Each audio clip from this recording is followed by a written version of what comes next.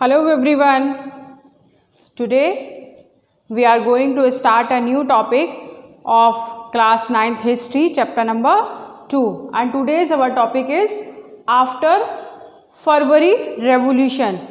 In previous video जो previous video था उसमें हमने जो फरवरी रेवोल्यूशन हुआ था और उसके क्या रिजल्ट हुए थे, क्या उसका परिणाम हुआ था, वो हमने देखा था कि जब फरवरी रेवोल्यूशन हुआ उसका जो मेन मोटिव था क्या था, जो मोनार्क है उसको हटा देना, क्योंकि मोनार्क एक बहुत ही ऑटोक्रेटिक रूलर था, उसे सिर्फ अपने से मतलब था।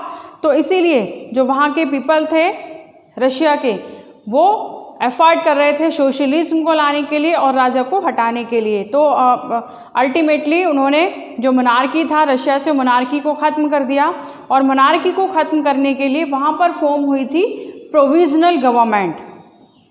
इससे प्रीवियस वीडियो में देखा था हमने कि प्रीवियस जो गवर्नमेंट थी वो बन चुकी थी और प्रीवियस गवर्नमेंट का ही काम था अब कंट्री को रन करना, कंट्री को चलाना, और उन्होंने एक कॉन्स्टिट्यूएंट असेंबली भी फॉर्म की थी कि वो कॉन्स्टिट्यूशन को फॉर्म करे। लेकिन ये जो प्रोविजनल गवर्नमेंट थी ये डोमिनेटेड थी, इसमें जो मोस्टली जो लोग थे इसमें वो थे आर्मी ऑफिसर्स थे और जो लैंड ऑनर्स हैं वो थे इंडस्ट्रियलिस्ट हैं, इंडस्ट्रीस्ट थे, और इंडस्ट्रीज के अलावा इसमें लिबरल्स थे, सोशलिस्ट थे। इसका मतलब इसमें जितने भी पीपल थे, जितने भी मेंबर्स थे इसके, वो सब अपर स्ट्रेटा के पीपल्स थे।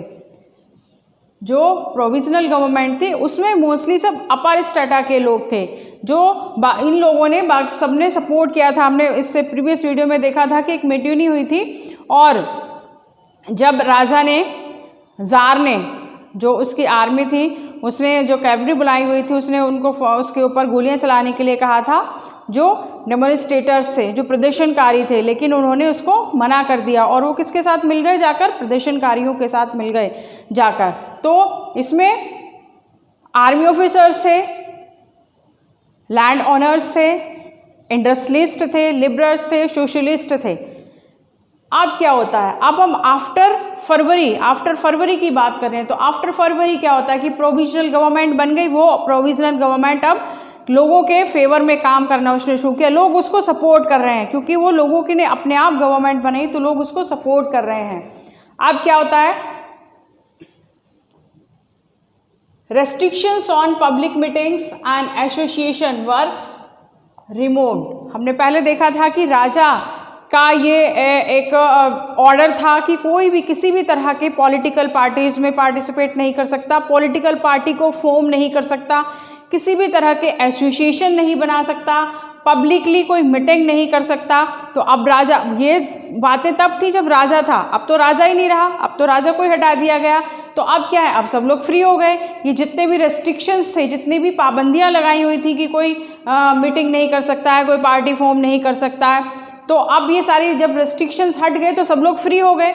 वो अपने जो भी उनके सेंटिमेंट्स हैं, फीलिंग्स हैं, जो भी उनके व्यूज़ हैं, अब उनको वो अब अपने व्यूज़ को वो प्रकट कर सकते हैं, रिप्रेजेंट कर सकते हैं। एंड सोवियत लाइक पेट्रोग्रेड सोवियत बन गई थी। पेट्रोग्रेड सोवियत भी पढ़ा था हमने कि जब बाकी के सारे लोग सपोर्ट करना शुरू कर रहे थे वर्कर्स को, तो एक पूरा का पूरा एक ग्रुप बन गया था जिसको सोवियत या फिर ग्रुप कहा गया था और उसको नाम दिया गया था पेट्रोग्रेड सोवियत। अब पेट्रोग्रेड सोवियत के ही जैसे पेट्रोग्रेड सोवियत फॉर्म हुआ था वैसे ही अब हर जगह एवरीवेयर फॉर्म्ड एवरीवेयर, हर जगह उसी तरह के सोवियट्स, उसी तरह के ग्रुप्स फॉर्म होने लगे। लोग अपने अपने ग्रुप बनाने लगे और अपने अपने ग्रुप में अपनी जो उनकी फीलिंग्स हैं उनको एक्सप्रेस करने लगे, अपनी जो उनके व्यूज़ हैं उनको एक्सप्रेस करने लगे। Soviet like Petrograd were formed everywhere, Petrograd Soviet की तरह हर जगह अब अलग अलग सोवियत फॉर्म होने लगी। इन अप्रैल 1917 द बॉल्शिक लीडर वेल्दामिन लेनिन को हमने पढ़ा था जब बॉल्शविक और मेंशविक पार्टीज हमने पढ़ी थी। तो जो बॉल्शविक पार्टी के लीडर थे कौन थे, वेल्दामिन लेनिन, उनको एग्जाइल कर दिया गया था। मतलब उनको देश से बाहर निकाल दिया गया था कि वो लोगों को भड़का रहे हैं, लोगों को गलत बातें सिखा रहे हैं। तो इसीलिए उनको राजा ने एग्जाइल कर दिया था कि ये देश के अंदर कहीं नज़र नहीं आने चाहिए। अगर वो देश के अंदर कहीं पर भी नज़र आएंगे, रशिया के अंदर नज़र आएंगे, तो उनको पकड़कर दंड दिया जाएगा, पनिश किया जाएगा। तो क्या हुआ कि वो बाहर ही थे, कंट्री से बाहर ही घूम रहे थे, कंट्री से बाहर ही रह रहे थे। अब क्या हुआ, अब तो राजा ही नहीं रहा। ये तो ऑर्डर तो राजा का था, ये राजा ने ऑर्डर दिया था कि जहाँ पर भी दिखाई दे अगर कंट्री के अंदर आए तो उनको पनिश किया जाएगा। बट अब तो राजा ही नहीं रहा। तो जो व्लादिमीर लेनिन थे वो अपने एग्जाइल से वापस आ गए। कब वापस आए? अप्रैल 1917 में। उन्होंने कहा अब तो राजा ही नहीं, अब तो मैं फ्री हूँ, अब तो मुझे कोई निकाल नहीं सकता, कोई पकड़ नहीं सकता है। अब उन्होंने आकर क्या किया? He believe that it was time for Soviet to take over power. क्या कहा उन्होंने? आते ही कहा कि ये एक ऐसा टाइम है कि इस वक्त जो सोवियत हैं उसको टेक ओवर कर लेनी चाहिए पावर की। जो भी पावर उसके पास है, जो प्रोविजनल गवर्नमेंट बनाई है, उसकी पावर को टेक ओवर कर लेना चाहिए। और लौटने के तुरंत बाद उन्होंने अपनी डिमांड्स को अनाउंस कर दिया। क्या डिमांड्स? जिनको अप्रैल थीसिस के नाम से जाना जाता है कि अप्रैल में वो रिटर्न हुए, अप्रैल में वो एग्जाइल से वापस आए और आते ही उन्होंने अपनी 3 डिमांड रखी। किससे रखी? जो गवर्नमेंट थी, जो प्रेजेंटली गवर्नमेंट थी, उससे अपनी 3 डिमांड रखी। और वो 3 डिमांड क्या थी? War should be comes to end, war should be comes to end. उनका मानना था कि बिना मतलब का लोग परेशान हैं इसमें और बहुत सारे खर्चे भी हो रहे हैं, तो सबसे पहले जो वार हो रहा है उसको ख़त्म कर देना चाहिए, उसको बंद कर देना चाहिए। सेकंड जो उनकी डिमांड थी वो थी land to be transferred to peasants, कि जो बड़े बड़े लैंड ऑनर्स हैं उन्होंने सारी ज़मीनें उनके पास है, बहुत बड़ी बड़ी उनके पास लैंड है, तो वो सारी लैंड्स वापस लेकर किसको दे देनी चाहिए? पीजेंट्स को, किसानों को दे देनी चाहिए कि उनसे वो लैंड सारी वापस लेकर और किसानों को रिडिस्ट्रीब्यूट कर देनी चाहिए। And third one, the bank should be nationalise. और जो थर्ड उनकी डिमांड थी वो थी कि जो बैंक हैं उन सबको नेशनलाइज कर दिया जाए, उनका राष्ट्रीयकरण कर दिया जाए। कैसे? कि जो भी बैंक हैं वो अंडर कंट्रोल हो किसके? गवर्नमेंट के। जो कि जो भी बैंक का वर्क है वो सिर्फ गवर्नमेंट के अंडर कंट्रोल हो, गवर्नमेंट ही उसको देखे। तो ये जो ये 3 डिमांड उन्होंने रखी अपनी आते ही, तो इनको सुनकर जो उनके ही पार्टी के लोग थे, बोल्शेविक पार्टी के लोग थे, तो बोल्शेविक पार्टी के लीडर ही तो थे व्लादिमीर लेनिन। इनको लेनिन अप्रैल थीसिस के नाम से जाना जाता है। बिल्कुल डायरेक्ट क्वेश्चन आता है इनसे बच्चे। तो उन्होंने जो ये 3 डिमांड रखी, तो इनके अपनी पार्टी के जो लोग थे वो इन डिमांड्स को सुनकर पहले तो बहुत ज़्यादा सरप्राइज हो गए। सरप्राइज क्यों हो गए? सरप्राइज इसलिए हो गए कि उन्हें लग रहा था कि हमें राजा से ही तो प्रॉब्लम थी, अब तो राजा को तो हटा दिया गया है। अब राजा हट गया तो ऐसा तो है नहीं कि जब राजा को हटा दिया अब प्रोविजनल गवर्नमेंट बन गई है तो प्रोविजनल गवर्नमेंट को अपना वर्क करने दीजिए। बाकी सारे लोग जो हैं वो प्रोविजनल गवर्नमेंट को सपोर्ट कर रहे हैं, इसलिए तो वो गवर्नमेंट बनी है। तो उनका मानना था, वो इसलिए सरप्राइज हुए कि अब ये जो लेनिन ने डिमांड रख दी है इसका क्या, ये क्या करना चाह रहे हैं। अब हम किसी भी दूसरे रेवोल्यूशन के लिए तैयार नहीं हैं। उन्होंने कहा था कि ये कोई अब ये ऐसा टाइम नहीं है कि अभी हमने एक रेवोल्यूशन करके उसको राजा को हटाया है, अब फिर से हम दूसरे रेवोल्यूशन के लिए तैयार हो जाए। तो इसलिए सरप्राइज हुए वो कि अभी तो ये टाइम नहीं था, अभी तो ये ऐसा टाइम था कि हमें जो प्रोविजनल गवर्नमेंट थी उसी को सपोर्ट करना चाहिए था, उसी के साथ चलना चाहिए था। और ये लेनिन ने ये जो डिमांड रखी उनको सुनकर वो बहुत ज़्यादा सरप्राइज हुए। अब बोल्शेविक ने और क्या किया, एक तो 3 डिमांड्स रखी और उसने कहा कि जो उसकी बोल्शेविक पार्टी थी, बोल्शेविक पार्टी के लीडर ही थे ना, तो he wanted to rename his Bolshevik party. अपनी जो बोल्शेविक पार्टी थी उसको रिनेम करना चाहते थे और रिनेम करके उसका नाम क्या रखना चाहते थे, वो कम्युनिस्ट पार्टी। क्या नाम रखना चाहते थे? Communist party. कि जो बोल्शेविक पार्टी है उसको हम रीनेम कर देते हैं और उसको कर देते हैं कम्युनिस्ट पार्टी। और इसी तरह से बहुत सारे जो इंडस्ट्रियल एरिया थे, इंडस्ट्रीज़ जहाँ पर सेटअप हो रही थी, फैक्ट्रीज जहाँ पर सेटअप हो रही थी, जो रीजन थे वहाँ पर बहुत सारी फैक्ट्री कमिटीज़ बनने लगी। अब लोग फ्री हो गए ना, अपने ग्रुप बना सकते हैं, सोवियत बना सकते हैं और अपने व्यूज़ को वो एक्सप्रेस कर सकते हैं। तो अब फैक्ट्री कमिटीज़ बनने लगी, उसके साथ साथ जो ट्रेड यूनियन थे उनके नंबर्स बढ़ने लगे, मतलब वो फॉर्म होने लगी। तो लोग अलग अलग अपनी कमेटी बनाने लगे, अपने ऑर्गेनाइजेशन बनाने लगे, अपने यूनियंस बनाने लगे।